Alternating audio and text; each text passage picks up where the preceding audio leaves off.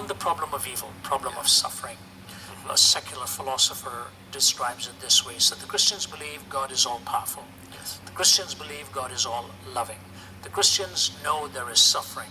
This is a trilemma because it is incongruous. How can an all-powerful and an all-loving God sit back and watch such evil and suffering going on? So he calls it a trilemma. Now, I respond very quickly by saying, why is it a trilemma? Because it's also true that God is all-wise. We don't end our theology with God is all-powerful, all-loving, and evil exists. We also believe God is all-wise. And we further believe that God is eternal. You bring just those two elements into the equation, and it changes the paradigm. We know God is all-knowing. And then you take the issue of time. What happens over a period of time? Let me give you a quick example of this. When I was growing up in India, I was a constant failure, repeated failure, because I never applied myself.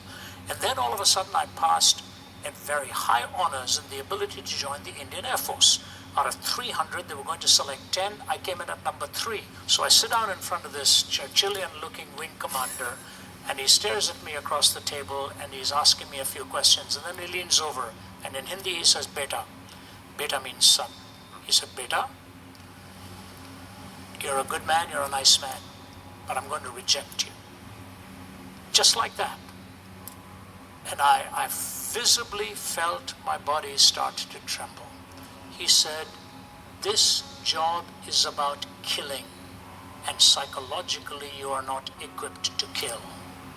It was a few months after that the opportunity came to migrate to Canada. If I'd been accepted into the Indian Air Force, I was committing for about 20 years.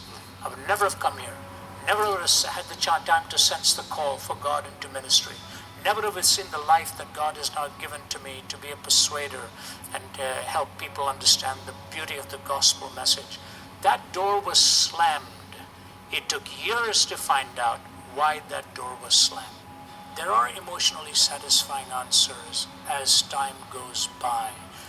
I've lived with a lot of pain with a broken back. I have 2 titanium rods that are about 8 inches long, 4 clamps, 8 screws bolting me down. I injured my back very badly. There were times I'd be sitting in the front seat with the car pulling over my fave and I head on my steering wheel and crying. The pain was so intense. And you know what I found? How much it has taught me to depend on Him every day to sustain me. There are 2 things I need with this lifestyle: a strong back and strong vocal cords, and I have neither. And God has shown me that in my weakness has manifested His strength, and how His healing hand even came through on my back after years and years of suffering. There is an emotional satisfaction when I know that there is a cross, there is a hill called Calvary, there is a suffering Savior, there is a relationship where He gives me comfort. God does not conquer in spite of the dark mist